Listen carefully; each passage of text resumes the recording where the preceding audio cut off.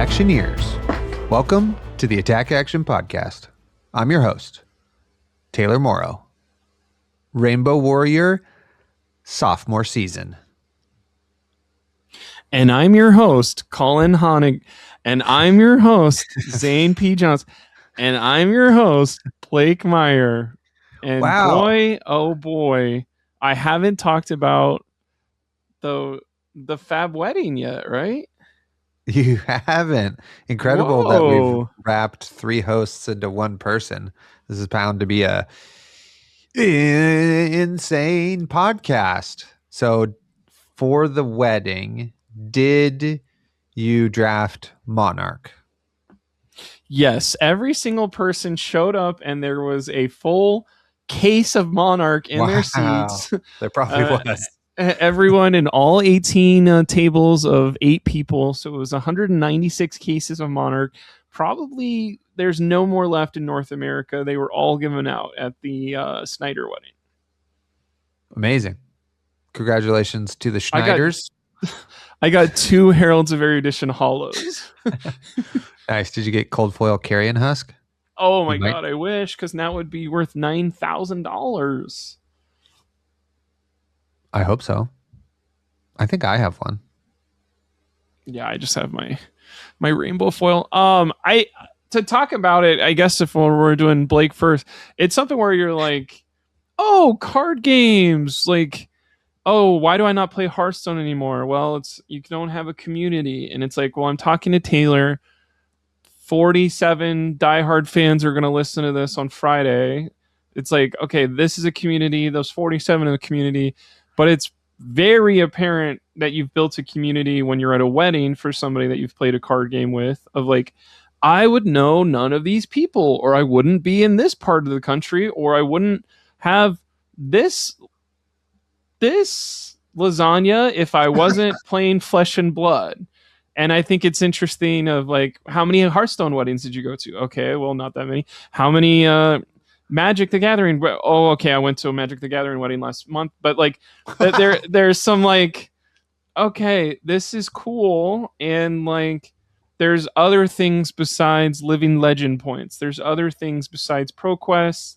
Like, it is the friends we made along the way.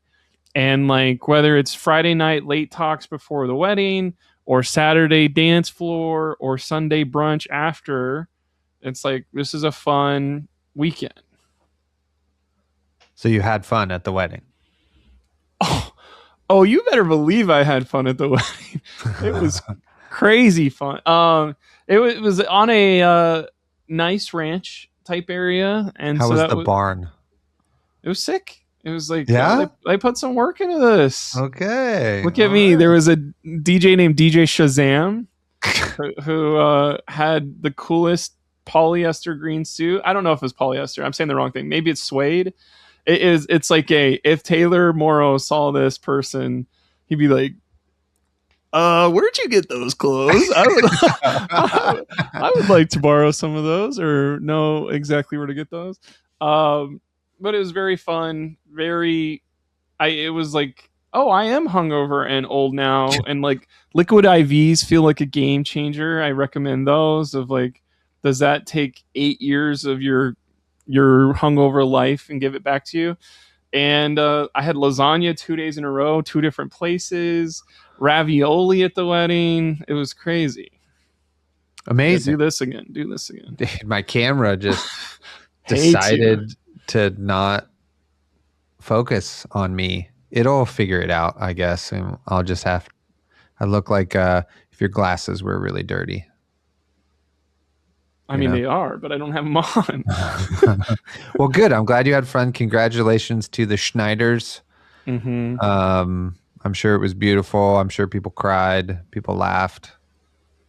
We'll have to talk off camera about the drama and what were Nick's parents like, and all of that, all the juicy stuff you want to know, like which aunt got a little too drunk and hit on somebody too young for them, like, or uncle, probably an uncle. So we can talk about that off camera. We don't want to dox anybody, but all the classic wedding stuff, It was her brother. How was the DJ though? Was it like we're playing tunes for grandma right now, and then now we're gonna play like Lil Jon to the window, to the wall, and people are getting crazy. There was some fun stuff. He was down to hear some like requests, I think they call them. So I got some hip swing going, but it was like as my song got requested, it was like time to go take shots with these. I was like, oh, it's such a dilemma. Do I go take shots or do I whatchamacallit? And then there was a NorCal Flesh and Blood table, and then there was a SoCal Flesh and Blood table. And so there was somebody that was like, we played against each other, remember? And I was like, oh shit, yeah, I do remember. He was playing Enigma when there was only 8 of us in the mall. And I was like, I think his name's Manny? No. Manny? No. Manny? Is it Manny? I don't know. It's Kenny? a name. Kenny, there we go. Was it? Was he on Omega or Enigma? Enigma? Yeah, Kenny. And he has Kenny. A tattoo on his hand, and he's a big dude. Yeah. He's and a big dude with a beard, and he's got glasses. If it's not, my bad. But he was like, yeah, you got to come back for SonomaCon. So yeah, it's definitely Kenny. Shout out to Kenny. He's my guy. He listens to the podcast. He's my dude. So I remembered his name was Kenny, but I was testing you to see if you would fall in the trap of Manny's. I'm writing it down. Kenny. So there was a table of those guys. They were opening up their boxes right away. Everyone else had no idea what to do with them. And it was so funny. There was a dog around during the... Oh, great energy. Love so that. It was like this dog was at my feet at the front of the wedding the whole time. And I was like, don't bark, please. When were you in charge of the dog? No, the person behind me was. So there was just enough room for the dog to like take shelter from the sun, like underneath my huge hulking body. Did they open up the mic to, does anybody want to say anything about Nick or Olivia? I don't know. That'd be good. Adriana. Adriana, kind of close. And did you go up there and be like, I remember Nick when he won the first AGE calling open. It was crazy. Now look at you. I hope your wife loves all your cold foils. And yeah, Reiner's back, baby. Okay, bye. How dare you? You don't think I would? No, they had very specific speeches from moms and dads, and then best man, which was best woman, and then there was 2 maid of honors, and then there was 1 pair of 1 bridesmaid and 1 groomsman. So they did a speech, and then none for you, Blake. No, but makes sense. It makes sense. Did anybody play a song on their guitar that was either a cover or that they had written for the couple? We did not have that energy. That would have been cool though. Yeah. Max probably could have played guitar, and for the whole weekend I was doing my best to get Max interested in Flesh and Blood so he can play it with the NorCal crew. And we were watching the national championship all weekend long at different points. And then Sunday I watched it at Max's house before I went to the Charles Schultz Airport. Hell yeah. Shout out to Santa Rosa. Just very fun. That's awesome. Love that. So that was my time, Colin's time, and Zane's time. Perfect. So you got 85 seconds. Go. Okay, great. I don't know what to talk about. I did say the Rainbow Warrior sophomore season. For those of us who have been listening, and we're really excited that I was playing adult City League co-ed slow pitch softball last summer, which was pivotal in my healing process of the worst year of my life. We're back for a second season. We've already won more games than we did last year. We're 2-1, and we lost a real nail biter last week. We're ahead And then they just had some really great hitting, and then we could not match it in the 7th inning. So game all the way down to the home team at bat to try to win that game. But the other 2 games were routes. We smashed it, caught 2 fly balls, got a double and a single. It was great. It's great. And when you come up to bat, do people go, "Not this guy"? No, they go, "Lefty, lefty." And then they like all shift around, and I'm like staring out at the field like, did they switch anybody out there? I'll hit it to the person they switched, you know. It's kind of what I do. I try to do a classic baseball walk up too, you know, like I do the sign of the cross, bat goes on both cleats, tap the plate twice. What would I do if I was Dominican? Yeah. Stare at the bat, take a deep breath, and then we swing for the fences, baby. So yeah, it's pretty funny. I wonder if other people think I'm religious, which I am not, but the sign of the cross, I feel like if you're doing baseball stuff, you freaking got to, you know what There's I mean? baseball gods that were crucified for it's true. every bat. That's true. So it's super fun. I freaking love it. When this comes out, we'll be playing on the Monday. We'll be playing our favorite bar. They and us, there are like frenemies / our rivalries / the best game we get to have. So we go, we play, and then we all go to the bar afterwards, and it's the 6:30 game. So it's early on a Monday, which is going to be great. And then we all drink and do shots of Sambuca. And so it's going to be, so Monday, it's going to be sick. It's going to be lit. And also, I've never had Sambuca before. Have you ever had that? It's like a chilled shot. It's I've like had licorice. Kombucha. So what's sambucha? It's like a chilled, cloudy shot that is very licoricey.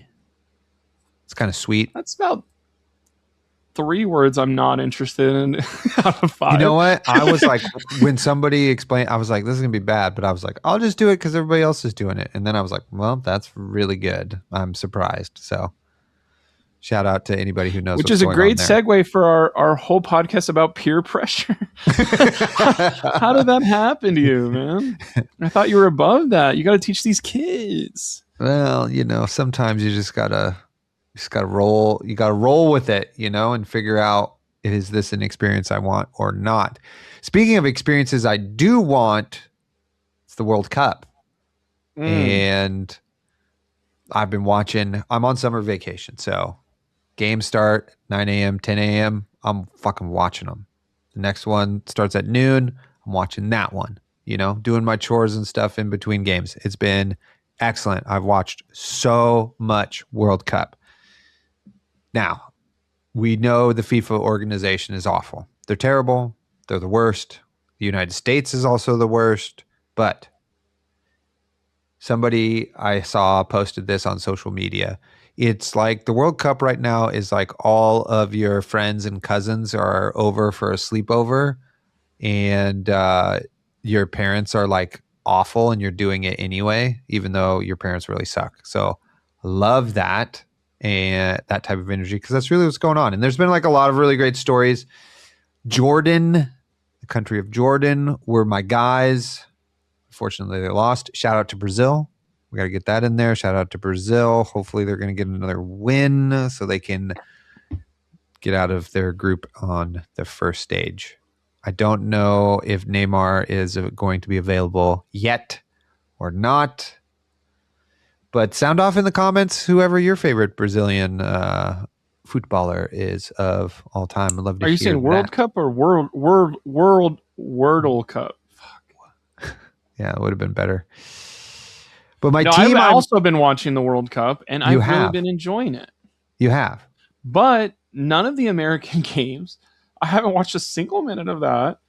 I literally finally, because it was crazy work on Thursday of the opener.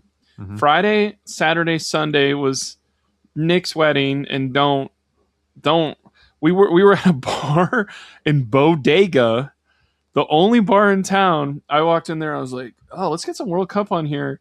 And those people had never watched soccer in their lives. And it was like, I don't know if I should ask a single thing in this bar besides maybe not even where's the bathroom, because this was like a smoky, dusty, like what's going on? Let me just go sit in the group.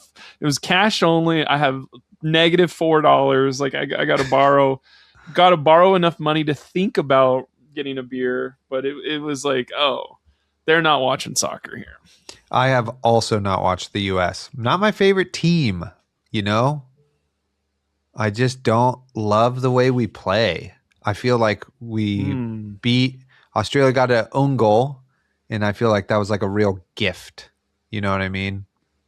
We just don't have like the fucking stees that other countries do. You know, like when you watch Argentina play, they're like all these little dudes with neck tattoos, and like the ball is just a magnet to their feet, and the ball's on the ground a lot, and there's a bunch of one touch, and they look awesome. You know what I mean? You watch freaking Norway play, which Norway might be some of my guys here. Hollander is hilarious. His social media, he's on Snapchat.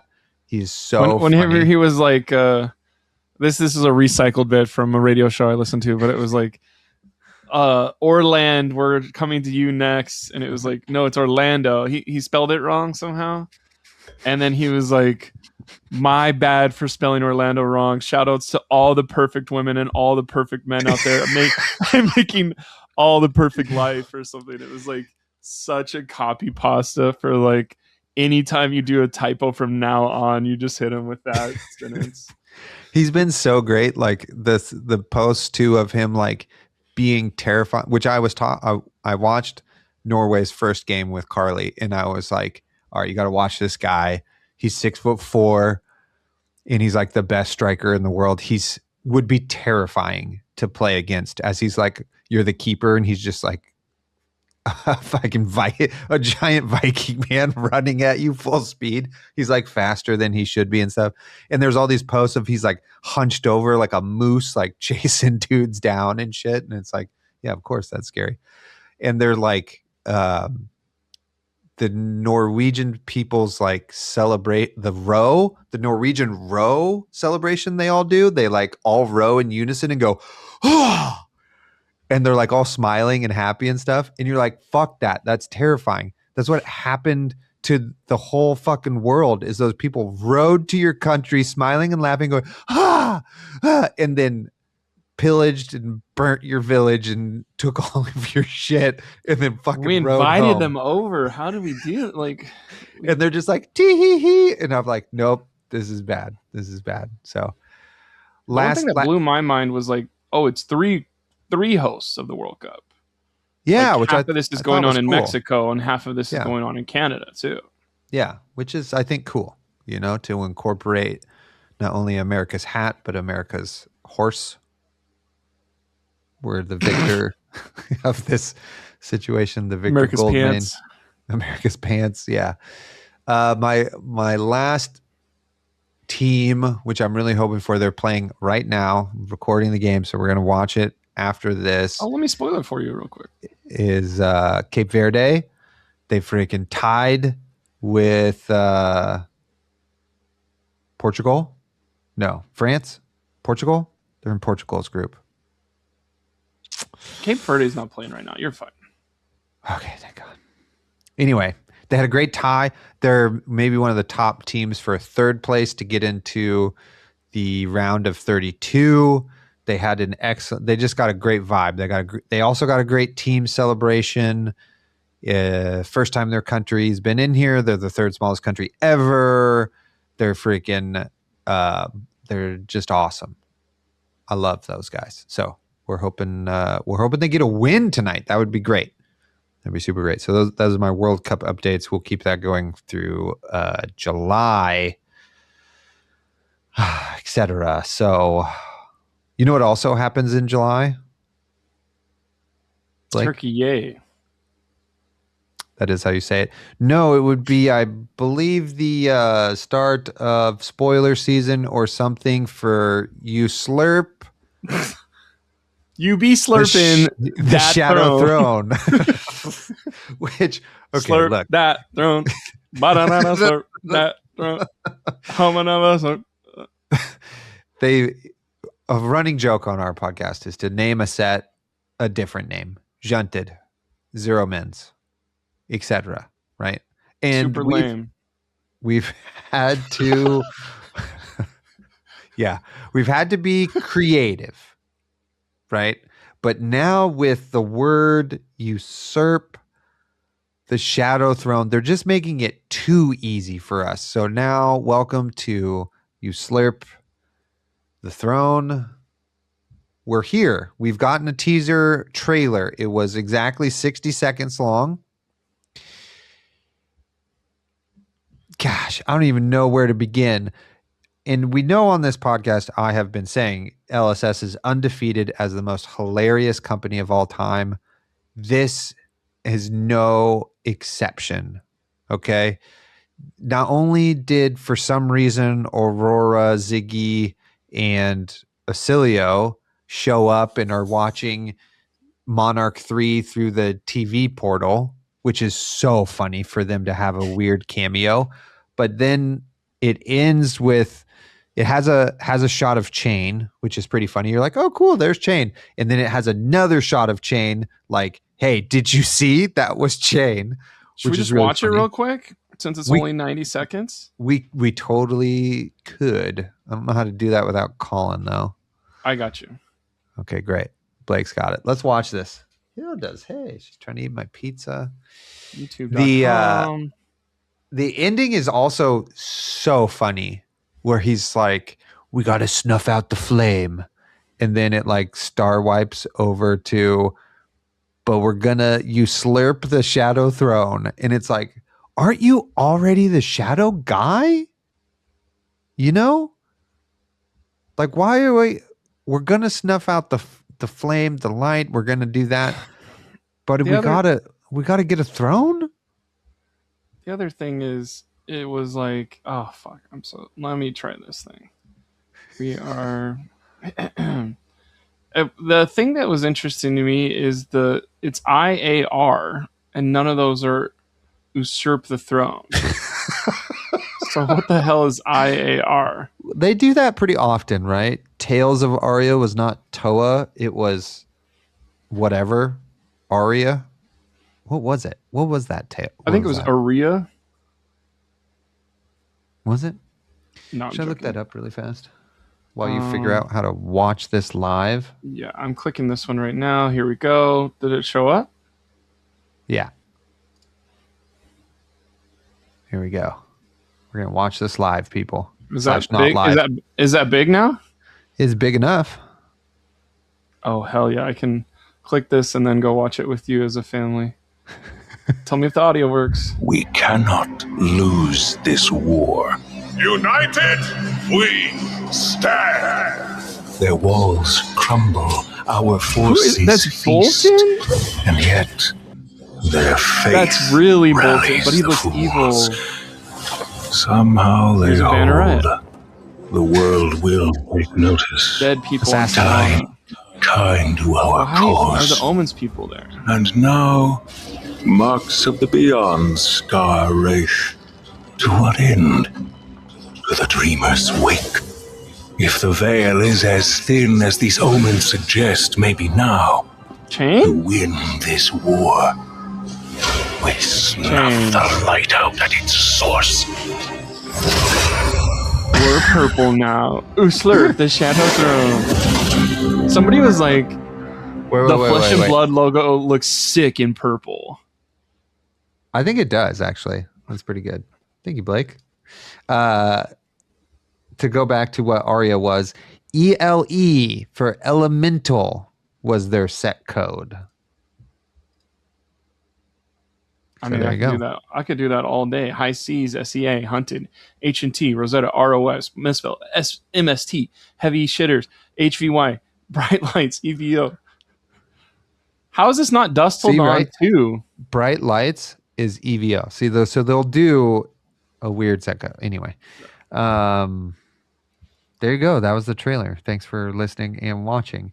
Why also are there scripts nonsensical? Right? Is that Are we talking about this as the main topic? Is this going to get in there too, or this could be the lead in for modern fab design of like we're getting there. We're getting there. I am frustrated at this point reading the back. Where is it nearby? The back of the like here's a Flesh and pre-release Blood kit box. or Flesh and Blood box. Fateful signs shatter the sky. Realities collide, leaving lands fragmented beyond recognition. Ancient evil stirs in distant realms, and only the Tempest can hold them at bay. Ride the lightning beyond the stars to discover their ominous secrets. I don't know what that means, guys. Like, there's no pronouns. There's no proper nouns. We don't have join Aurora, Ocilio, and Ziggy as they collide together with ancient evil stirs. What part of the cards in Omens of the Third Age are evil? You could be like, well, the 7 deadly sins rune chance that you only get 1 out of every 32 boxes. It's like, oh, cool, thanks. Or Balgor, the one you get out of every 967 boxes. Okay, thanks. Or the token that does that. Both of those. And you're like, what? Corrosive space dust is maybe an evil thing on a card, but it's also maybe the corrosive space dust is defeating the evil thing. I don't know. But it doesn't hurt Ziggy too. Like that's a thing. Where it's Ziggy's using it to hurt people.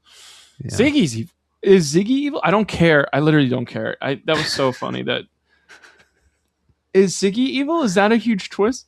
It's like, okay, we're paying attention. Wrath of the Monarch was the name of that video we watched. Teaser 1. A shrouded stranger seeks to make use of the fell omens that scar Wraith is a sentence that's written on that video. I mean, okay, I want to get this out of the way, though. I am excited for this set. I am excited that clearly Chain is there. All of that, right? Like, whatever this direction is, it's Monarch 3. Should be very cool. It's very hyped. I am hyped. It just is so funny the way they're presenting all of this. Also, so funny, too, that the set is called Uslurp. And then on those rune chants, it has the keyword Uslurp. That is the most LSS thing to do.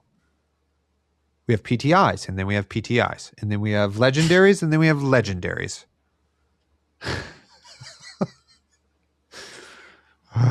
Check out this new here. Have you heard about Malice? You have, right? I need to go find that. That's yeah, it was in the TCG player article that it's the new Armory deck. Yeah. 2 Fables in this set. Which is crazy because 2 cards I'll never get. Yeah, totally. I'm like, Volteris, I need you. If you still have an Eclipse, you can sell it for $20 now instead of $6. And then we have our first like movie poster where Chain is looking into a black hole. Forbidden Power Unbound. Like these words have to make sense, right? Forbidden Power Unbound. Usurp the Shadow Throne. Pre-orders open now. Which is for stores, right? Signature Curve, a Galaxy Black. Yeah. Galaxy Black, such an iconic weapon. Shut the fuck up. Like, oh my God. Like, it is sick. I like this show, but man. Here's what I'm trying to say. Let me just get it out. Like, yeah. With how their script is. What's crazy is here's a teaser.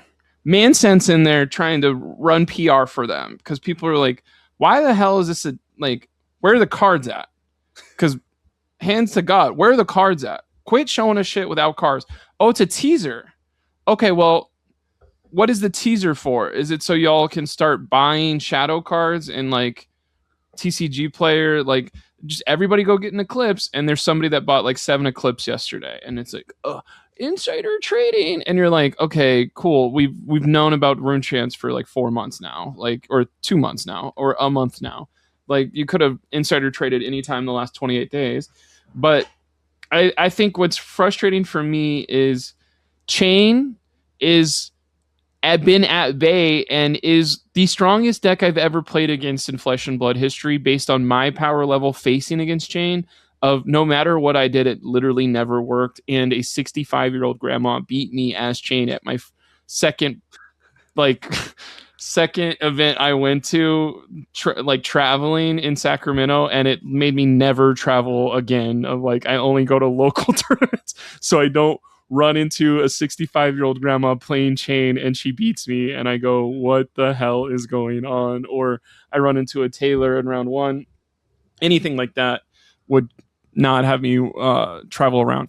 But Chain is back is not something where I'm like, thank God. I'm like, there's so many other heroes that let's do some Icelander, let's do some whatever. And like, Chain was even banned in Silver Age. Not that I cared about that, but it was like, y'all know how strong this power level is. And now whatever Chain you do print is going to have access to 3 Coals.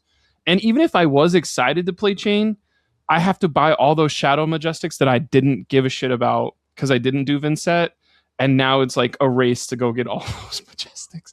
Unless you guys reprint Cole, unless you reprint Shadow Puppetry. Some of those I'm going to have maybe because of Levia. But it is something where it's like, if you don't have your Carrion Husk right now, here's another $100 before you can play Chain. It's like, are you guys going to reprint this or not? Or is it a brand new set or not? Are there 6 heroes? Are there 3 heroes? All this is going through my mind. It gives us something to talk about for 2 weeks.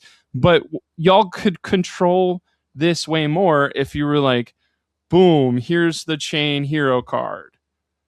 Here's his Usurper. Chain the Usurper. Chain the... the Slurper. The Slurper, yeah. Well, like, also, why not tell us when the next teaser is?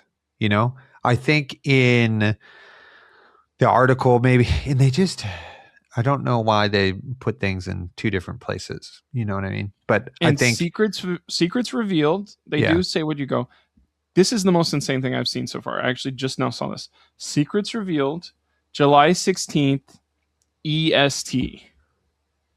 So that's a time zone, but no time. That does nothing for us, you dumb motherfuckers. Please market your game better. Why isn't that at the end of the teaser? You know what Seriously. I mean? It's also all teaser will be 1. revealed. When's teaser 2? Is it next week? Why don't we know these July things? 16th. So then that's I have when to wait. all is revealed. I have to wait 23 days. I hate waiting 23 days. Not and as then bad as 27 or 28. Because like the Hala stuff, the Olympia stuff, it's like, also, by the way, like, cool, I got all these really good fucking warrior cards and now Chain's back. So who gives a shit? Like, they're not going to be good against Chain. Like, well, I think we should talk. I think there is like a level of, okay, so Chain's coming back, right? You know, they historically underpower their revisions, right? Prism was so bad they had to give her a whole new weapon, right? Aurora is not even close to original Aurora. O2 is also not doing anything like O1. You know what I mean? I don't know. Was the crappy version of Chain for 3 years. Yeah, totally. You know, we don't talk about Bravo, star of the show, so we're going to skip that one. You know, whomever they've done before. If you could slurp a throne, which one would you choose? Whose throne would I slurp, or just the throne? I think to put some thought process. Oh, we're in Solana. These are the 4 Solana heroes. They're not the most diverse and interesting because it's 3 warriors. 2 of these warriors, I mean, Bolton is one of the least, like, Bolton is the watermark, in my opinion, of good design or not. Of like, do you have more living legend points than Bolton? You're a good hero. If you've been around for over a year and you don't have more living legend points than Bolton, you're not a good hero. So like, if we're not getting good Bolton cards this set, when is it going to happen? It is interesting that people are like, is it an all shadow set? Is it going to be super cool? This 20 is going to be all shadow and 21 is going to be all light. And you're like, no, I put it all in this because this is Monarch 3. And Monarch is the one I came in on, and that was amazing. I do have these 4 heroes. Like, I played Chain and Blitz first. I played it wrong. And then I got a Tunic and started enjoying other classes. But like Dusk Till Dawn, oh, here's some powered up stuff for Levia and Bolton. But still, if you go look, they have not gotten hundreds of Legends of points since Dusk Till Dawn. The only Dusk Till Dawn hero that has is Prism, and now finally Vincent. So I'm hoping they blow the doors off. And there's some 0 for 5 Majestic that charges off the top. 0 for 5 Majestic that charges off the top of my deck for Bolton. Like, give him the shit and let's go. Yeah. I don't know if there are going to be I don't know what's going to be in the set other than Chain, and apparently some sort of young demon that's not a young hero. It's also not a token shadow ally, etc. etc. We're going to Uslurp Balls Gog or whatever his name is. And I guess we're going to have a good time. I don't know. I'm excited for the set. I don't understand why their script is always so confusing or other stuff. You know what I mean? I just don't know what they're doing. I want to get more hyped and not... I mean, I am entertained because it is so funny. So funny to name your set Usurp, and then we have Rune Chance that Usurp, which maybe it's only going to be on those, but maybe it's going to be on a bunch of cards. We're going to be usurping all of the time, and that's what we're doing. And then there's a gate token. There's another token that's we're going to play around with in that set, which is what we've been doing a lot of lately. But you know who also has been doing a lot of stuff is everybody in our Discord and who's joined our Patreon. They get access to the Discord. You get to hang out with us. Okay? And it's like the best way, the most direct way to support us financially. It's $4 a month. And boy, howdy, is that not a lot of money in today's day, right? You're getting 4 episodes a month. That's $1 per episode. You also get a newsletter at the beginning-ish of every month where we talk about whatever is on our minds. Not only fab related, but just like stuff that's going on with us. And there's been a lot of good discussion around that. And let me tell you, in the Discord, coffee channel has been popping off. Every week, Zane has been getting some sort of new coffee contraption, and they're getting weirder and more complex and more specific. I'm not even sure what this new one was. He just was like, here it is. It's a robot. And I was like, I don't even know what that is. It does look like a robot. Good for you, Zane. And people are loving the coffee content. So if you want to also talk about your expensive grinder and elaborate setup you have for coffee, then you're going to want to join the Discord, right? Blake basically called what this trailer was going to be also in the Discord. He was spot on. It was perfect. Again, hire Blake. I guess we could read that out. Yeah, as a preview, give it to him. So this was Blake's idea. Yeah, this is either whether you want to think it's the second. This is a teaser that because I've played this game so long, I know what the second one is going to be like. And it's going to be like some old like witch voice. And you're going to be like, which voice? And it's like, exactly. This is Malice.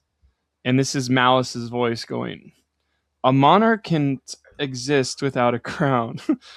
A crown can't exist without a head. A head can't exist without a body. A body can't exist without food. Yep. Food tokens, set 21. Set 20, set 20. Set 20. Sorry, forgot what set we were on. I blasted past it. So anyway, join Patreon. Get in there. Check it out. Food tokens. What class is Malice, if you had to guess right now? Shadow Runeblade. Shadow Necromancer. It's got to be. I think malice is. Oh, let's look up the word. Let's look up the word definition on the word malice. And if you're going, why are you guys talking about the word malice? Well, in the same thing we're talking about, It was TCG spoiled. player article, they say that there's an armory deck malice. And then Howling Mind says, I do know more about it, but I can't tell you or I'll get fired, which is my favorite thing that content creators do is let us know they know more and then let us know right after they can't tell us more. So they can be always right and never do anything with it. It's like, thanks, guys. It would make too much sense for them to do Shadow Necromancer. So thus they shall not. Malice refers to the intention or desire to do evil, cause injury, or inflict suffering on another person. I have malice towards Howling Mind's writing strategy. Well, hopefully you'll get to Uslurp him and take that job for writing. No, I would never do that. I could never. I believe the modern age of Flesh and Blood is, what's the word here? Defined by their tokens. We have token set after token set after token set here.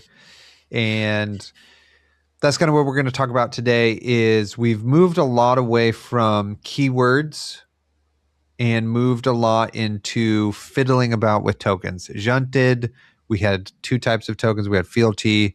We had marked, which is, and then we get in high seas.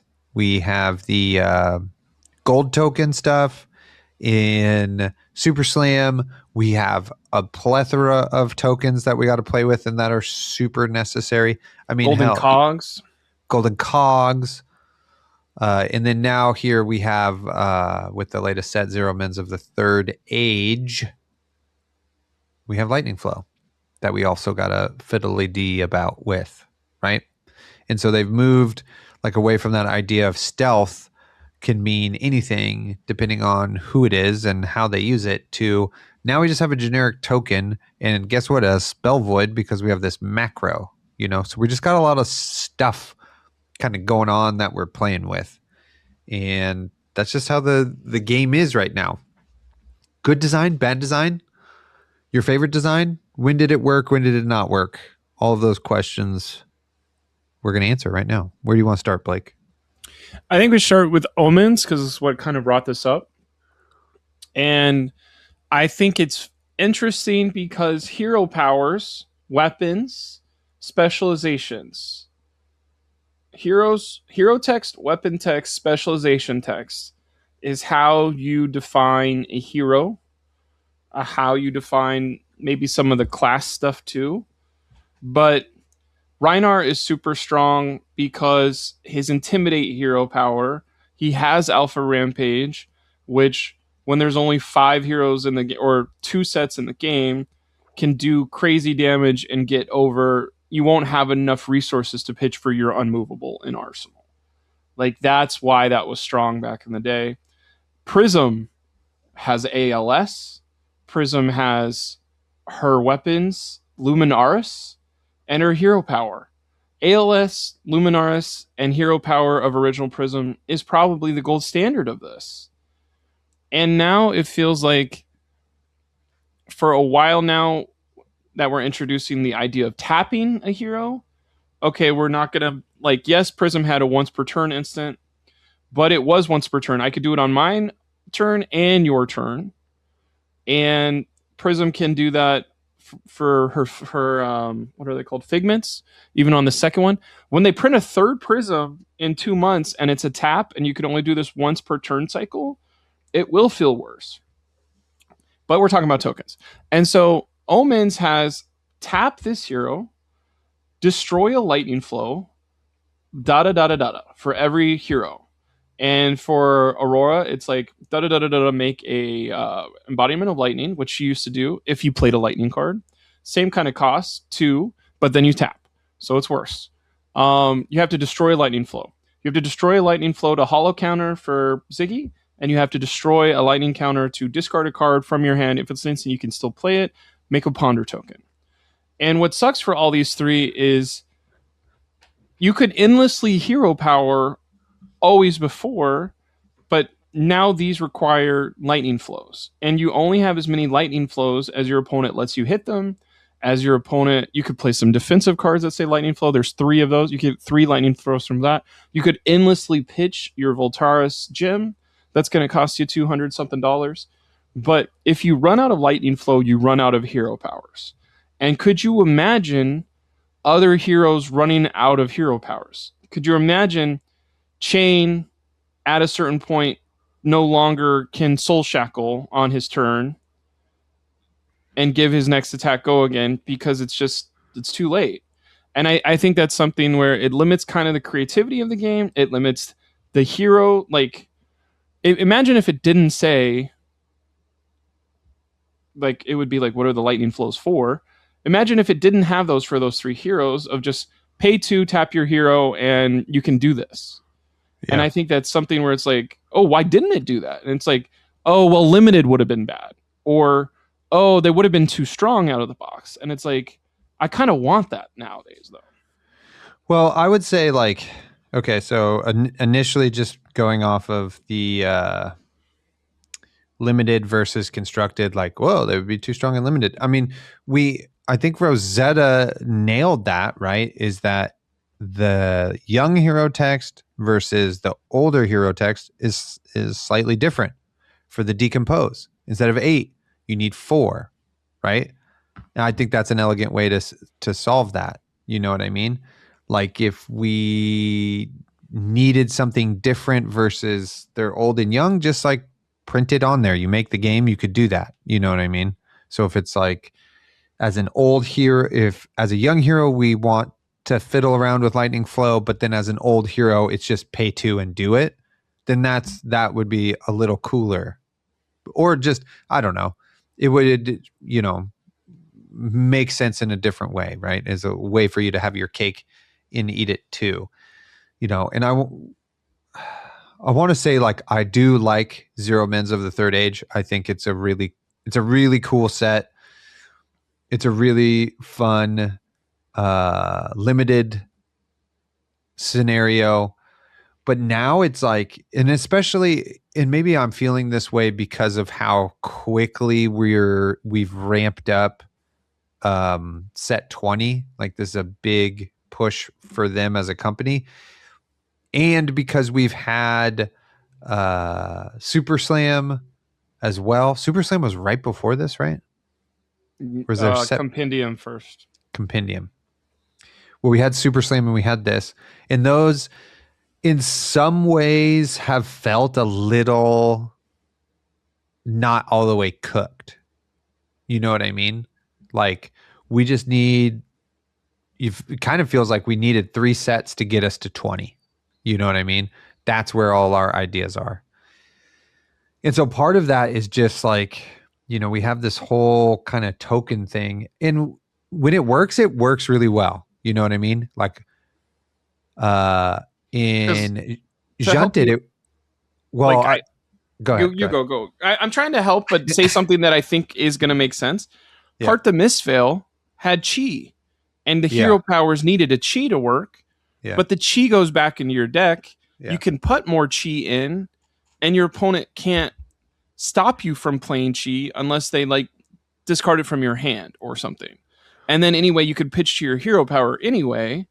And, like, yes, it goes back in your deck, but it's not a finite resource, because you can pitch for all those hero powers until you run out. You can make Crouching Tigers forever, but you run out of cards to grab from Zen. But all the other versions of those hero powers work because you have chi in your deck still. Yeah, totally. And there's like a deck building tension on how much chi you have or don't have, right? Whereas for Lightning Flow, you're like, I'm literally putting in all the Lightning Flow cards I can. There aren't more. I need them to do the thing, right? I guess I need this Fable.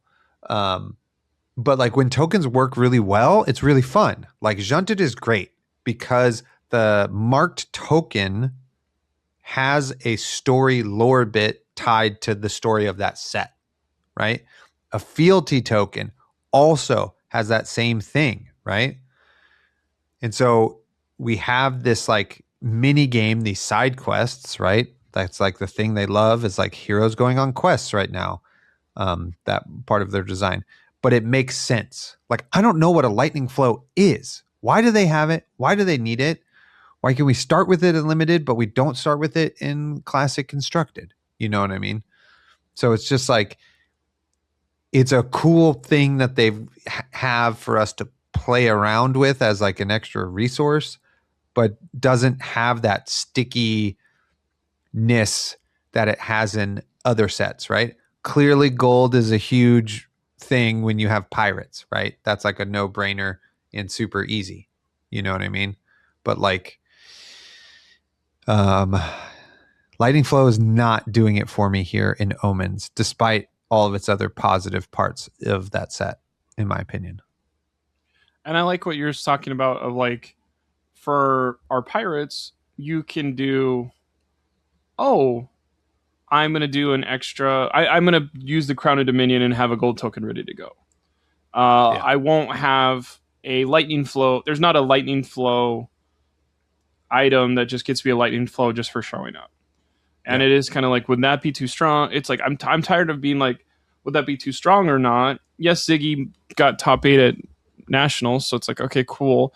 It is strong enough, you're just not trying. And you look at that deck and you're like, damn, this is an attrition deck. Like, is Ziggy an attrition hero? Like, he's just a better Guardian because he can swing a 0 for 5 and do some crazy illusionist stuff too or whatever. And you're like, okay, do I want to play that deck? That wasn't the most exciting deck I've seen, but it is something where these tokens, fealty, another one is like, one thing I've been telling people that I love about Fab for years is you start your strongest because you have all your equipment up. And if you draw your Crippling Crush in your opening hand, you could send it on turn 1. You don't have to wait till you're strong enough to send Crippling Crush. If you have the resources, send Crippling Crush on turn 1 and just be on your opponent from the beginning, but they're probably going to have their equipment up too, and they'll be able to block it the best. And stuff with like fealty.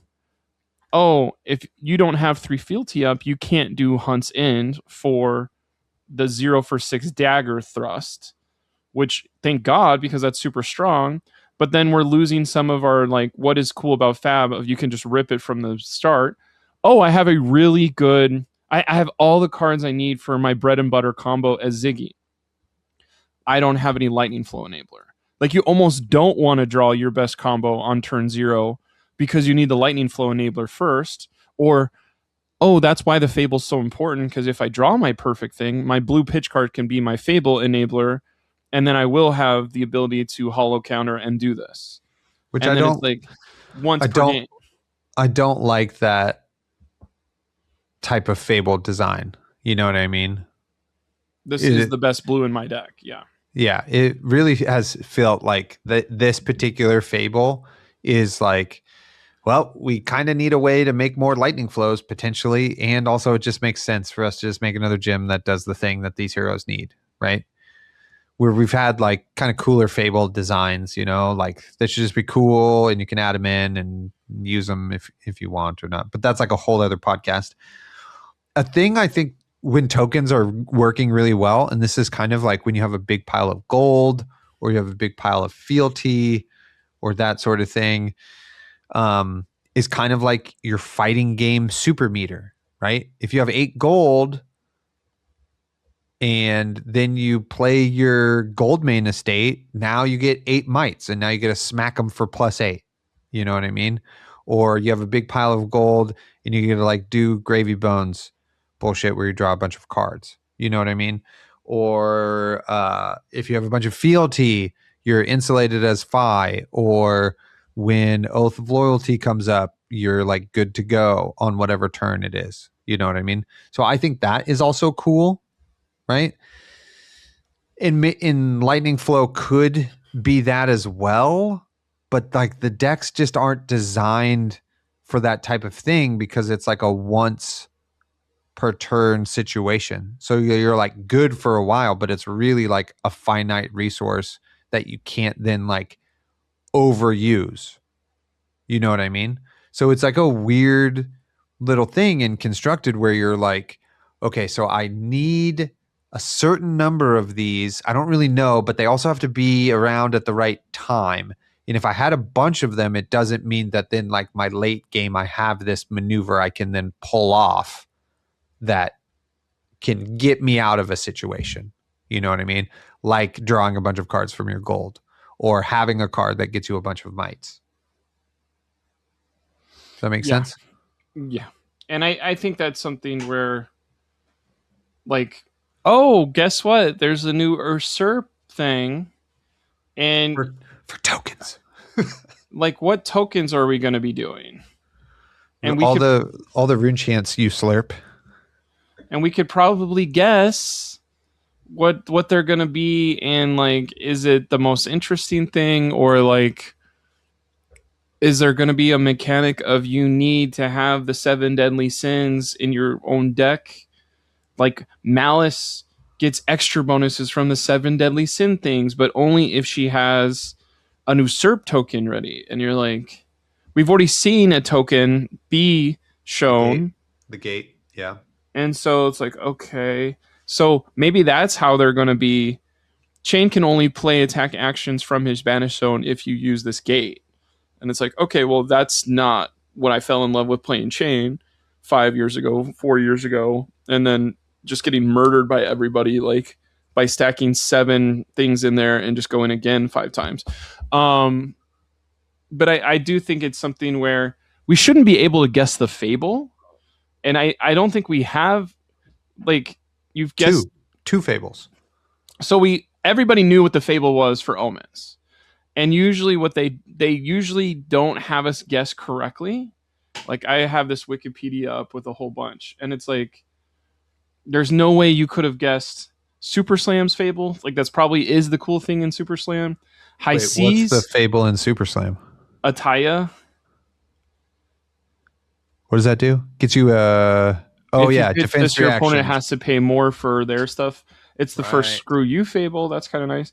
High Seas is the gold. You probably could have guessed that one. What's Hunted's Fable? Can you remember? Yeah, Schism of Chaos. You could never guess that one. Rosetta is, you could have maybe guessed that one, but it's cool. Part the Misfail.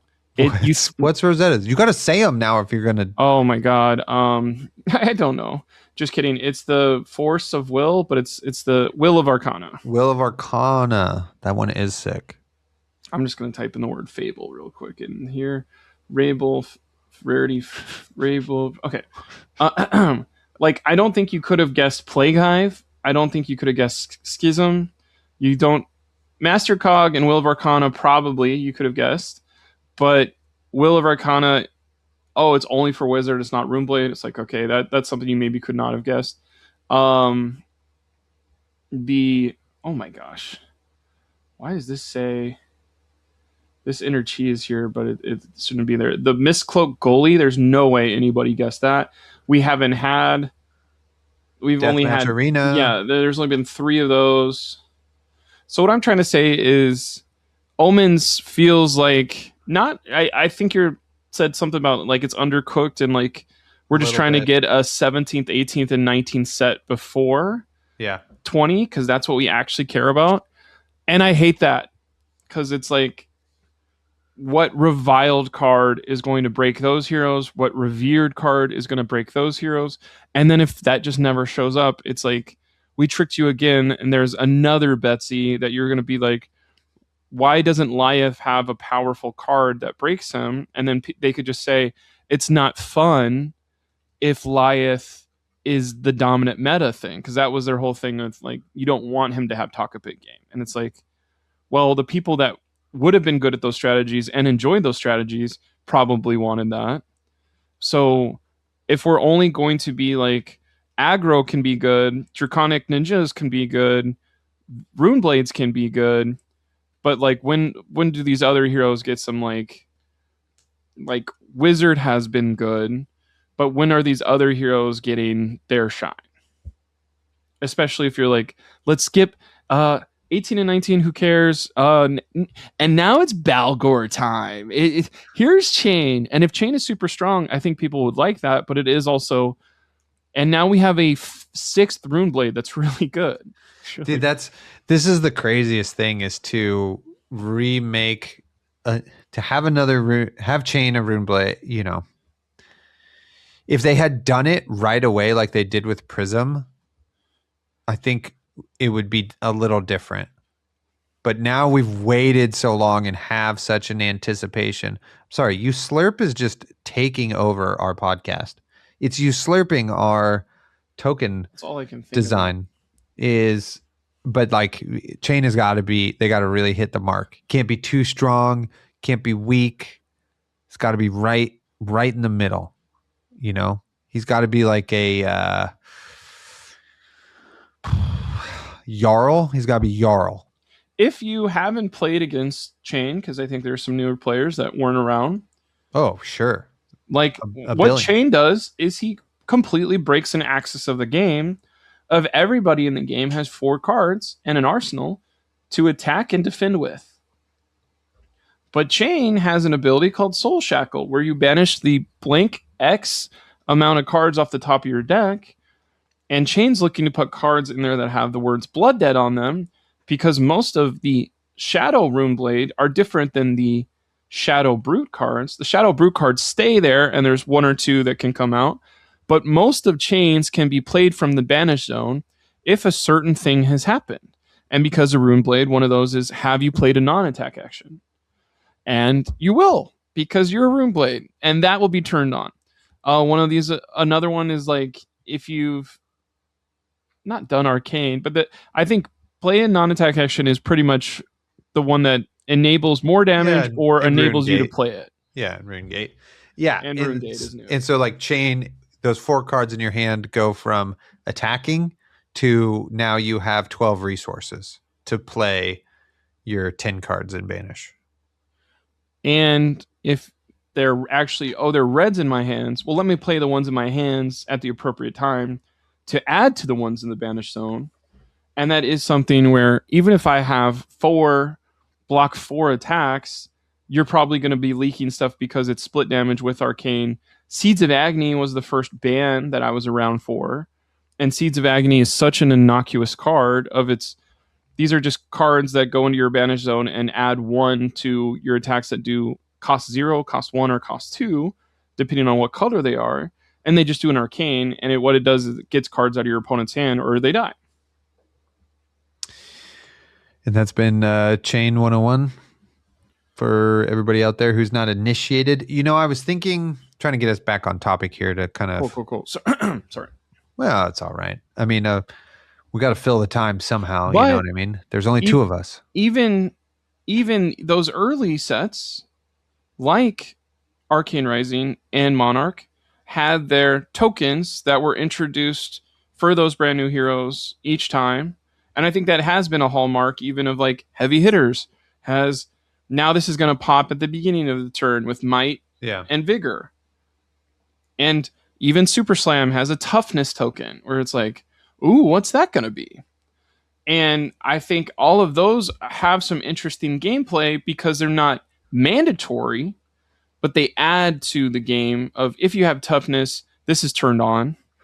But if it's not turned on, it never works. It's like, oh, I wish this blocked for 1 more. It just doesn't. And there's some boots and stuff that if you have a toughness token, this gets stronger. But I think the lightning flow just feels worse in general because it's like, oh, I haven't drawn my lightning flow enablers, and I have a 40 card, 30 card sealed deck. 30. I have a 30 card sealed deck. I have some shit I really want to do. It's really cool. It works really well with the hero power. I have 5 enablers that I want to play. I have drawn 15 cards now without drawing an enabler. And you're like, oh, okay, I lost. They spot you 1, but yeah. But yeah, you need some more.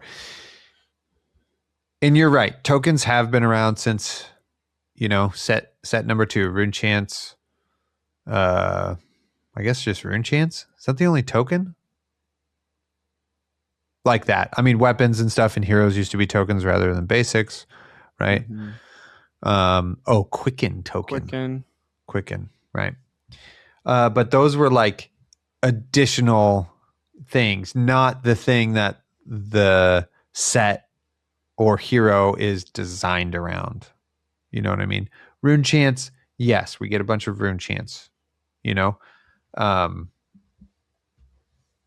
But it just is like slightly different because of the game, or the way to play Viserai was to have a bountiful amount of those, and you were allowed to, you know, there were cards that did that and made sense thematically. So it made you want to play them more, right? And that's kind of the disconnect again from Zero Mins, is that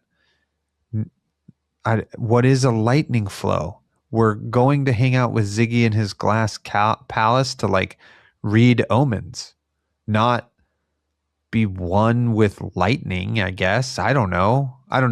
But this other thing I was thinking about, because I talked about like if you have a bunch of tokens, you can then have like a fighting game super meter.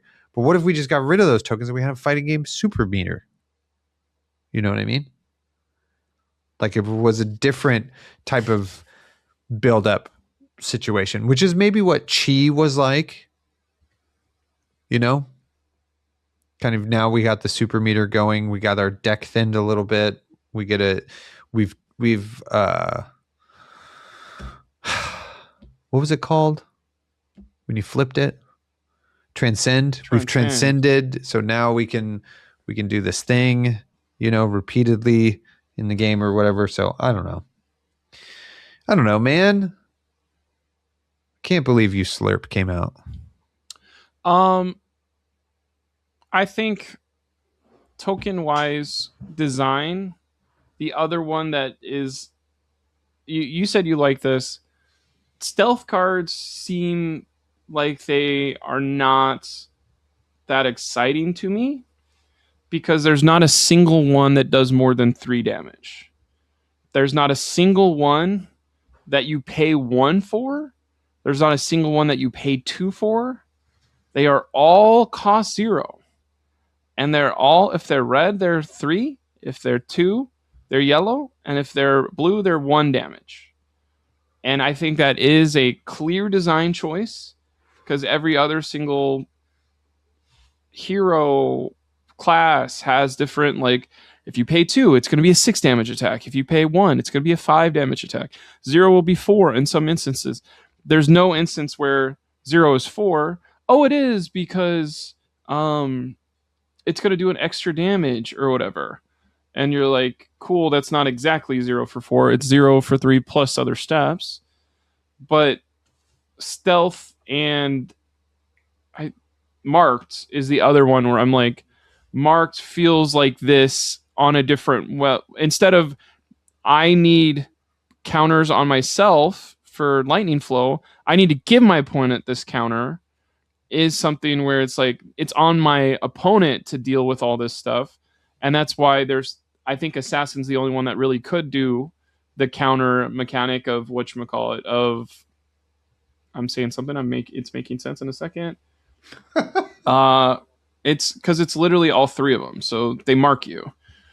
And it's because daggers have they're in the attack reaction classes, or they're in the flick knives classes. Any other wouldn't be able to do this, so this makes sense why they're hunted and marked. And it is something where I think having your opponent be the one that has to react it and keep it on their side of the board is more interesting because you get to do this together. And like, I think what's funny is there's been a lot more token destruction where they had to even make a draconic helmet so Fang could play of quit messing with my fealty tokens. You can't destroy my stuff. But as I've been playing RKO more recently, I've been realizing, like, if I play Steal Victory as a block, I'm stealing so many different tokens. And that's something where if it's hard for me to generate lightning flow and you keep printing Tempt Over, you keep printing all this destruction of And it's even in the limited set of like counterplay. If it's hard for me to generate lightning flow, and now there's a lot of stuff that's easy to destroy my lightning flow, eventually I'm just going to be like, it's too much of a bother to make lightning flow. I'm going to play this hero without my hero power, or I'm going to not play this hero at all. Yes. Yes. True. Yes. True. Correct. Well, originally you started this paragraph by talking about how that I liked stealth. What I like about the keyword stealth, what I like about that design was that stealth has no text, but how each individual uses stealth changes what those cards do and who they're for. And at first I was like, well, that's dumb. But then they kind of like designed and had more cards and had a few more heroes and stuff and that sort of thing. And then now stealth is, kind of a cool keyword in cool cards, because when that comes out, you go, oh, how does this work in Azuri? How does this work in Marionette? How does this work in Slip Through the Cracks? Can we play this in Huntsman? That sort of thing. And I think that is, a more, I don't know, fun arena to play in, to design cards with, than us always having Here's to make exactly what lightning flow does. Yeah, it does this thing for that person, this thing, which is like a la that bit of design, right? But I guess the missing part is like, if we were able to make lightning flow at turn 0 with reliability, or every other turn, or et cetera, if like it was a thing that we knew was definitely going to come up, that was going to be in a large part of the game and integral to like how that hero functions for every matchup, etc., would we say like, oh, this is good design, this is cool, we have lightning flow? If it was easier to make, would you say it was good? Or would you still be like, this feels like a little gimmicky? Because that's what it feels like now. And it is something where it's like, Blake, what do you want from the game? Because I've been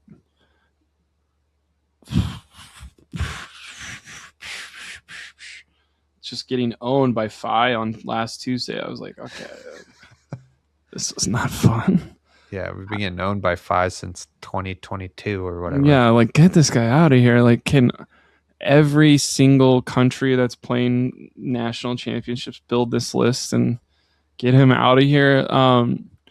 It is something of, everybody has their own tokens. This is fine. But there's just some that are so much more interesting, where it is like, Phoenix Flame is a token. And like, True. That was some cool design. Or that's awesome design. Phoenix Flame design is awesome. And that's like, it only got good. Sorry, it only got good with the additional card support, where you need to have more Phoenix Flames, right? Like Phoenix Form, or what's the one? Spreading Flames. Like some of those things weren't even being played. You know what I mean? Or Inflame in Fi decks, because there was just no reason to have more than one. Sometimes that's two. my next thought process. So your Lightning Illusionist, your Lightning Runeblade, or your Lightning Wizard slot cards that are coming down, or Lightning slot card Majestics that could come down in the next 6 months in either set 20 or 21. How will they interact with, if you have a lightning flow, this is a bomb now. If you have a lightning flow, everything on your turn gets go again. And it's going to be like, oh, wow, they're super overpowered. And it's going to be like, what a bright idea. Or is it, I just don't understand the thought process. And we even have Yuki Lee Binder reaching out online and talking about this, of this doesn't feel like the power level is great. And why would we buy these things? And it is interesting of like, that kind of happened with Super Slam. There was no new heroes for Compendium. And now if it's happening for Omens, it's like that's 3 sets in a row where you're not falling in love with a new hero, or you're not getting a new hero that's extremely good. But now we're getting away from the topic. But it is something where like, oh, I really like these heroes, but are they strong? And it is, how do I want to interact with this game? And I've spent 4+ years of buying into heroes that aren't fucking good. And I shouldn't do that for a 5th or 6th year. And now it's going to be like, you have to play this busted Auxilio deck. You have to play this busted Chain deck.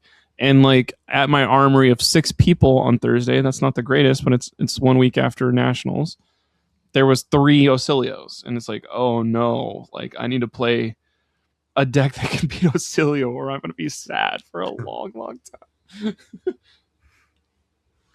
I think that's a different episode topic to talk about. Like, well, I'm just saying, like, well, down the pipeline, I think there is something to talk about with Flesh and Blood, like how to, you know, what's the enjoyment we can get out of the game that isn't winning matches, you know, like how many do you got to win to have fun? How many does it take to lose to not have fun, you know, et cetera, and that sort of thing, just because that's, I think, applicable and to a lot of different people in a lot of different places. But yeah, I don't know. Tokens, when they hit, right? They just feel like part of the game. They flow seamlessly. And when they don't hit, they feel fiddly and weird. They lightning flow seamlessly. Hey. So, yeah, I don't know. I will push back a little bit on Yuki's like hero power stuff. You know what I mean? Like that's like a whole separate topic for like a 1% person, you know. I don't think a hero being good doesn't mean that you can't fall in love with them or have fun playing them or you know, etc. I think also it takes some time sometimes for heroes to kind of get cooking, you know. Auxilio Prime took a long time for that to kind of really get going. You know what I mean? People like kind of got there and the meta kind of had to shift. I mean, Aurora completely did everything Auxilio did first. So yeah, nobody that was going to play that super combo deck was going to not do it in Aurora first. Yeah. So it needed Aurora to get going. And then all those people be like, I miss playing Aurora. Let me do this in Auxilio. Yeah. And then, you know, Auxilio's had a really big following.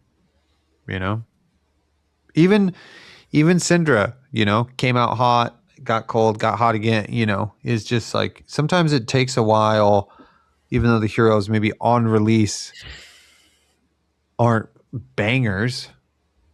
You know, so I'd never put a lot of stock into, you know, and this is for me, a B tier player. You know, put a lot of stock into how powerful they are, right? Which does sometimes powerful stuff does equate more fun, but it isn't necessary for you to have fun with the hero. I want to play what's more fun, in my opinion. I want to play something that satisfies me after I'm done playing it. And I think that usually requires me to play a lower tier because it isn't like whenever you're playing a board game and it's cooperative, it literally goes, do you want to play against 4 bad guys, 3 bad guys, or 2 bad guys? I was playing Horrifier this weekend. I don't know if you ever played that one. And it was like, you could play against 4 classic monsters, 3 classic, and it was like 3 monsters, we barely won. And it was like, all right, let's go up to 4. And it feels like that's you in your living legend mind of like, if I'm playing Riptide for the next 3 years, everybody's going to know me as the Riptide guy. Everybody's going to know like what they have to do to play against me. Do I have all the cards to beat every hero? No. But in heavy aggro things, I can just literally set up collapsing traps 2 times a game and like ruin their turns and kill them with arrows that do extra damage and run them out of cards. And it's like, okay, that's pretty strong. What are you going to do for all the other heroes? I don't know. So like, I think it is to go in this exact vein. I've been playing Rhinar, but Fi was better than him because he's faster. Fi hasn't LL'd since he's been around. So he's always a threat of Del Taco will bring Fi. Anytime I get excited about playing Rhinar, as soon as there's a Fi, I will most likely lose unless I play extremely perfect. Now there's Syndra to also do that. Well, Syndra's going to LL, and then they do modifier, and now Syndra's not LLing because modifier. And then who beat Rhinar originally where it wasn't worth playing Rhinar at all was Briar. So Briar was around, Chain was around. So if we go Chain, Briar, Fi, there's one aggro deck I missed in the middle, Lexi. Briar, Chain, Fi, Lexi. Then what are some more of these? There's two more. Syndra, Aurora. And now we're going to get around to Chain. There's always going to be an aggro deck that is better than you and has less living legend points than 1,000 to push certain decks out of the meta. And that's why some of these people will never get living legend points, because aggro decks are always super popular because they're not brain dead, but they are easier to play. And I think that's interesting. Of the new Aurora is not brain dead or easy to play, and that maybe that's where they're going to go with that. Of if you're going to play aggro, here's some hoops you got to jump through, and then it's like, well, this actually isn't aggro anymore. This is like crappy mid range. Yeah, I mean that's one of the things you got to deal with if you want to play like a lower tier hero, right? And so you got to like. And it's like I think it's super nuanced and is not looked upon fondly in the community for not playing the top decks. You know, it's kind of like when you're a really bad team in the NBA, like you can have a great coach, great front office, etc. If you just don't have good players, you're just like not going to be a good team. You know what I mean? The fastest way to get better is to just get better players, right? Which like when you're at lower tiers, you know, it used to be this way in college, but not anymore. It is at some levels, but like particularly at high school, the best way to get better players is develop better players, right? And so part of it, how does this analogy work in Flesh and Blood, right? Is if you're going to be like not able to always get better players, how do you develop better players? And the players part is not wins, it's like funds, right? And so what you need to develop is like your ability to have more fun. And what is that fun? Is it just winning? Well, then you got to play a better deck for whatever the meta is, right? And is it, you know, the micro turn to turn stuff your hero does? Like, do you love to tap your hero and pitch the top card off the top of your deck to be able to like swing a really big weapon? Great. Then we got a deck for you. You know what I mean? You got to fall in love with like those things. And also like, I think for me is how you show up to those games. And something I forget about that happens in sports is the like humans you participate with, and part of that experience you create with them, right? And you can talk to that person across from you, even if it's like somebody at your locals, and like, you know, why are you playing Katsu? You know, or just like, yeah, you could ask them that. Have you tried Katsu chicken before? I have. That's also not my favorite. Neither is Katsu that hero, etc. You know, so it's just like those. There's so many other things you can attach fun to rather than like your result. But it takes kind of like developing that sort of thing. And that's kind of like I've been trying to think about this because and this goes back to like me starting to run again. I am so not fast. I mean, I'm faster than some people, but not faster than others, etc. I would say I'm like a C- tier runner. You know what I mean? In terms of just time per mile or whatever. But that's like not what it's about. You know what I mean? It's not about how fast I can go. It's about like, today I went on like an hour and a half run with my dog. And that was just like, that was it, was to just go run for an hour and a half with no agenda. We just wanted to be out there for that amount of time and just like freaking hang out together. And then, so like, how do we do that in Flesh and Blood? You know what I mean? I just get my hour and a half deck ready to go.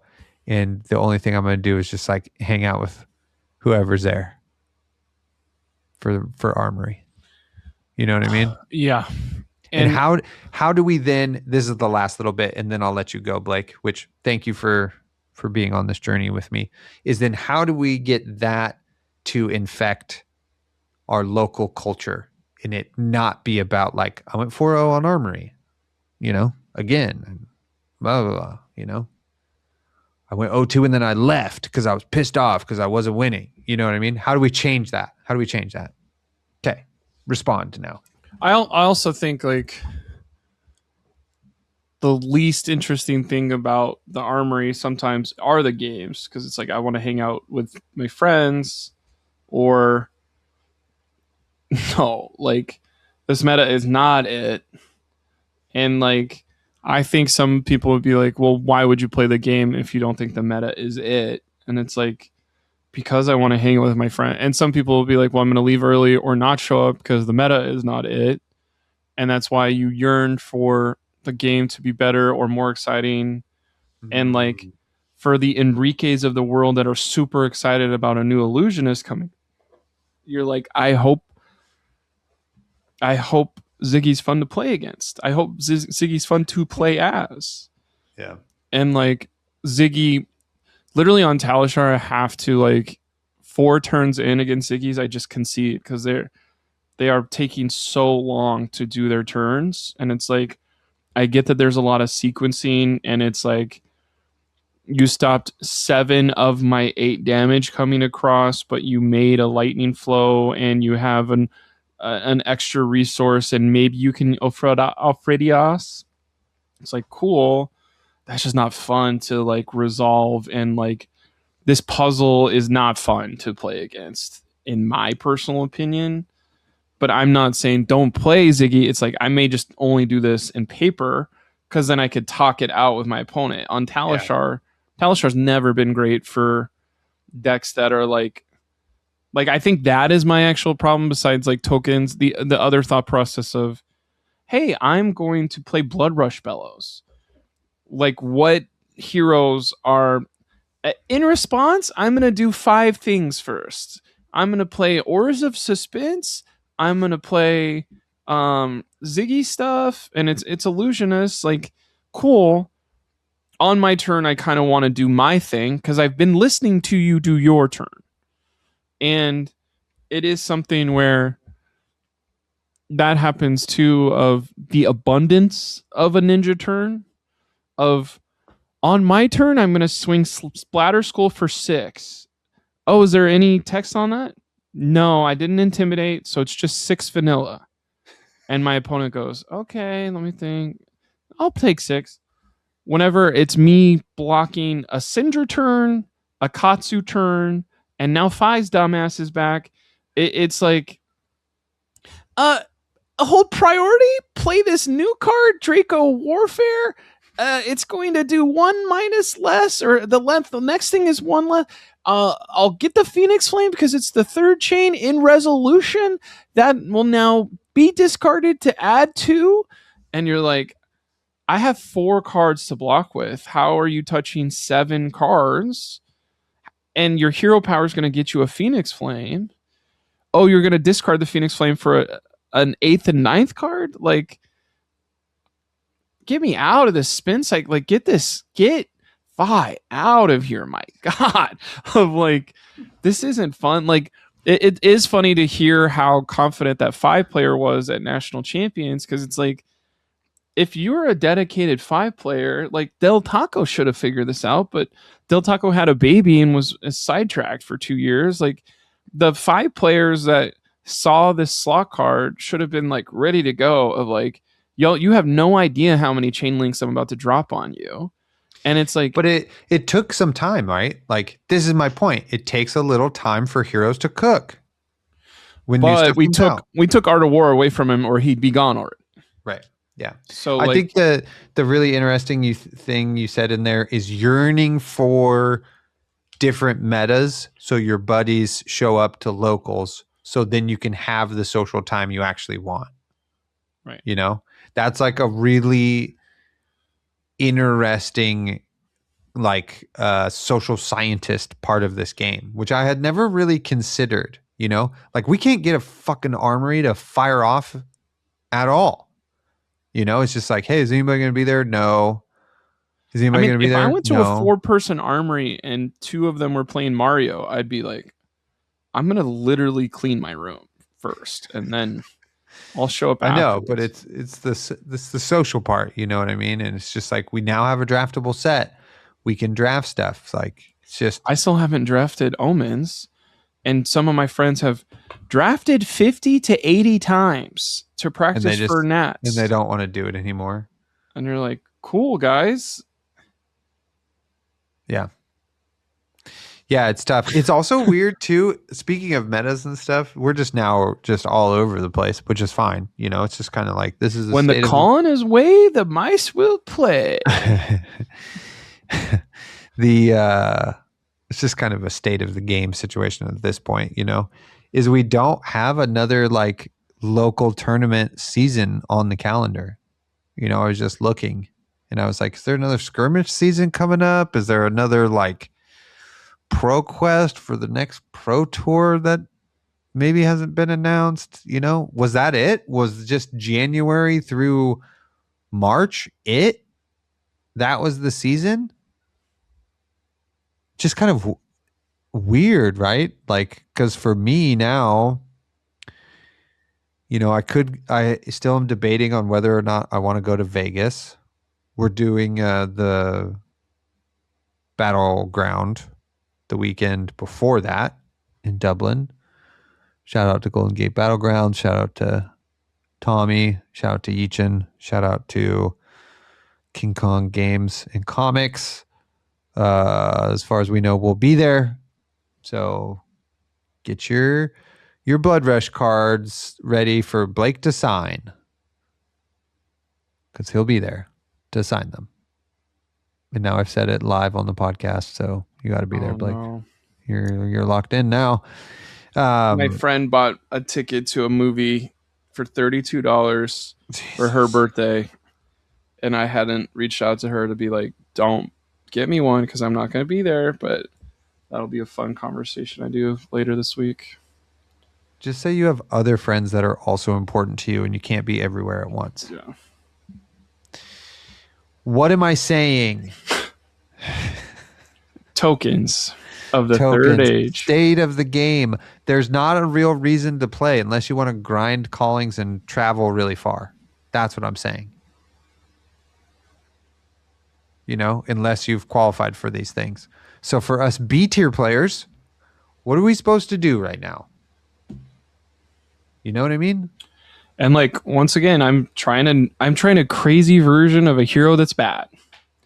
And it's kind of fun to surprise people because which is fun. They're playing a certain version. You think it's this that you're used to playing, but I'm doing something different.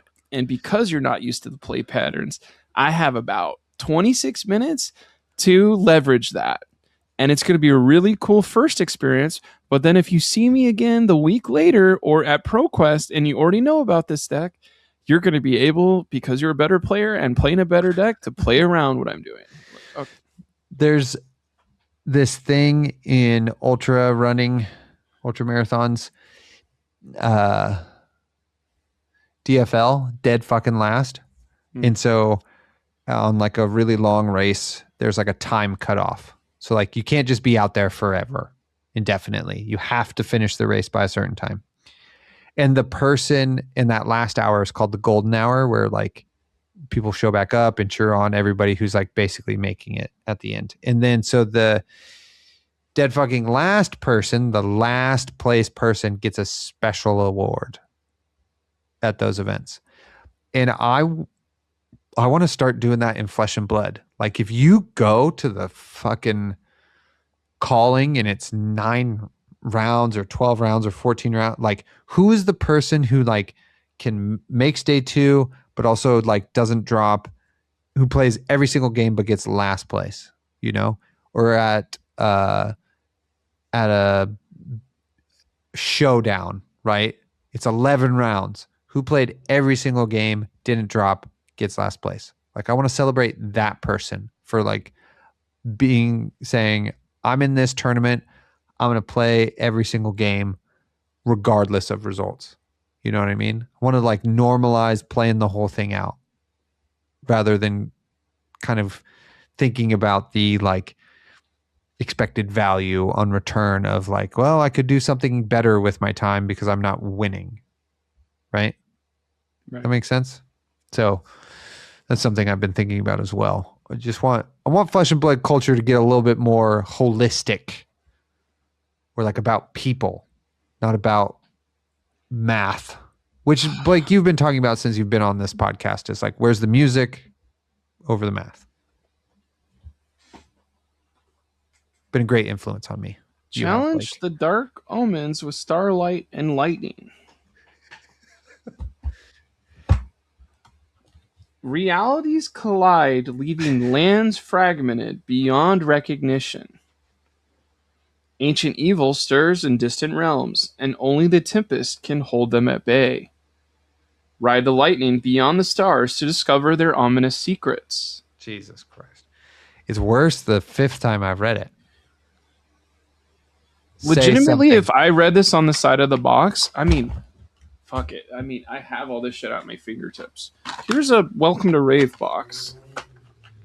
Only a true hero can rise above the rest. What will you become in your quest for greatness? Holy shit. That's pretty designed for competitive play. That's probably written on there somewhere. Oh, look, I have an arcane box. What does arcane say on the side of it? An ancient power reawakens. Will you take advantage of the chaos or fight to preserve the peace? Oh, cool. I have a Monarch box. Azalea and Dash were there to preserve the peace? Yeah. Embody order and wisdom as an arbiter of light, or embrace the shadows in your pursuit of power. Okay, well, that one's actually kind of good. I mean, all 3 of these are like, you are participating in this story. Yeah, I guess so. Okay, I don't have these at my fingertips. Not every single set. That was pretty good, though. Those are some early sets. I think that's a perfectly weird way to end this podcast. Oh, and then he throws it across the room. That's crazy. Blake, if you're going to pick one team to win the World Cup, who's it going to be? Argentina. Ooh, that is also my pick. Who's your dark horse pick? I have this pulled up. I'm going back to look at this. I will say dark horse? Japan. I might go with Egypt. But it's kind of hard. It's like, well, maybe Norway's kind of a dark horse, you know. Brazil, I guess, is ranked in the top 10, but isn't like, no offense to Brazil. Love Brazil. Some of the best colors. Shout out to Pele. Okay. Shout out to Brazil. How's it going, Brazil? Neymar. Shout out to Neymar. I think this was an interesting talk. I think we could have also done like, hey, nationals, blah, blah, blah, blah, blah, blah. But I think this is something where if your national season is over, like, there's a meta new coming of like there's some living legend stuff, but it's not. We did that whole Victor thing and then it didn't work. But maybe Victor will be gone soon.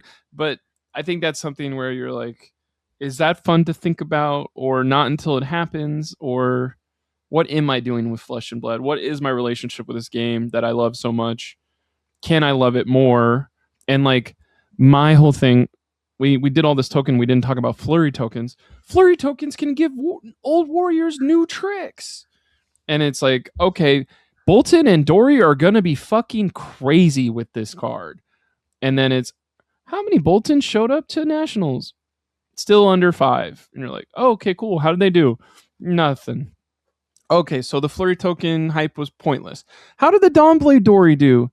Then okay, well, there's going to be a Warrior Guardian Mastery Pack is coming out soon. And you're like, okay, sick. Let's go. And it's like, this is the 7th. Nope. For Blake, this is the 17th bad hero Blake is getting excited about of Olympia out of the box. Just own it, bro. Pack. Just own it. These are the heroes you like. This is who you're going to play. This is just who you are, dude. You just got to own it. You love gold. You love ripping off your golden chest plate to reveal your naked body underneath, and then you show up in some old guy's beating on an anvil, and you say, give me a new shirt. And he says, give me some gold. And you say, here you go. And then you got a new shirt. Hey, the arms and legs. My life be like, nice. Oh, I'm also playing this to steal your freaking tunic counters. Thank you. See, you love that shit. Just gotta own it, right? Get Olympia tattooed on your body. I like being fucking bad at this game. You should get Heated Rivalries, but it's Reinar and Olympia tattooed on you. I literally just blow it. That's so hot. You would Uslurp those thrones. Dude. Actually, what you need is this, because it's going to be good as fuck now, again. Revel in Runeblood. Show and tell, because Zane's not here. You got pulling all the energy of all the hosts. Zane always does show and tell. Oh, look.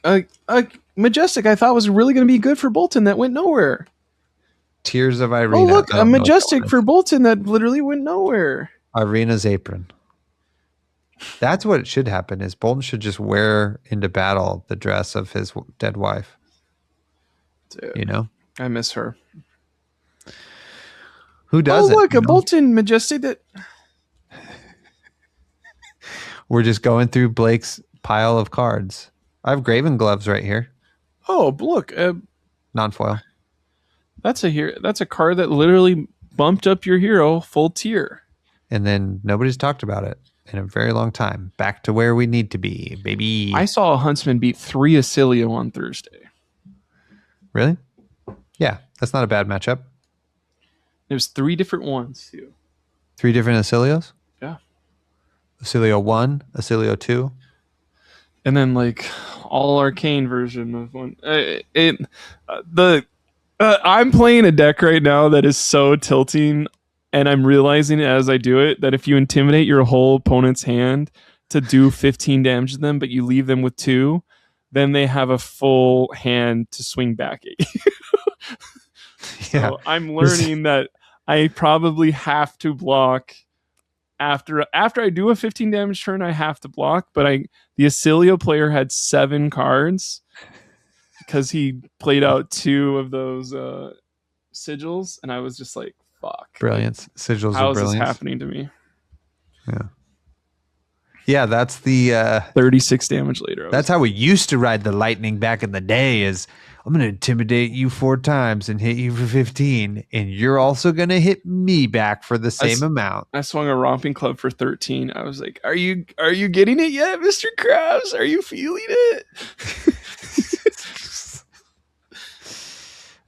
This is the last thing I'm going to leave us with. I think I'm going to do a 0 to 100 challenge with O2. I'm not going to look at any deck lists or anything. I'm going to brew my own list and then play 100 games of Ocilio in 10 days and give updates along the way of what I learned and how the deck has changed. If you want to see that or be a part of that, comment below and or join our Discord, because at the very least I'll post updates in there in the Wizard channel. So check that out. My goodness, Blake, it's been a pleasure to hang out with you for the last little bit. Yeah. Been looking forward to this conversation all day. You're the best. I appreciate you very much. I could do this solo, but then that seems like it would be weird. So you need someone to help slurp your throne every once in a while. Yeah, that's our podcast. Get fucked, everyone. We'll see you next week. See ya. Wouldn't want to be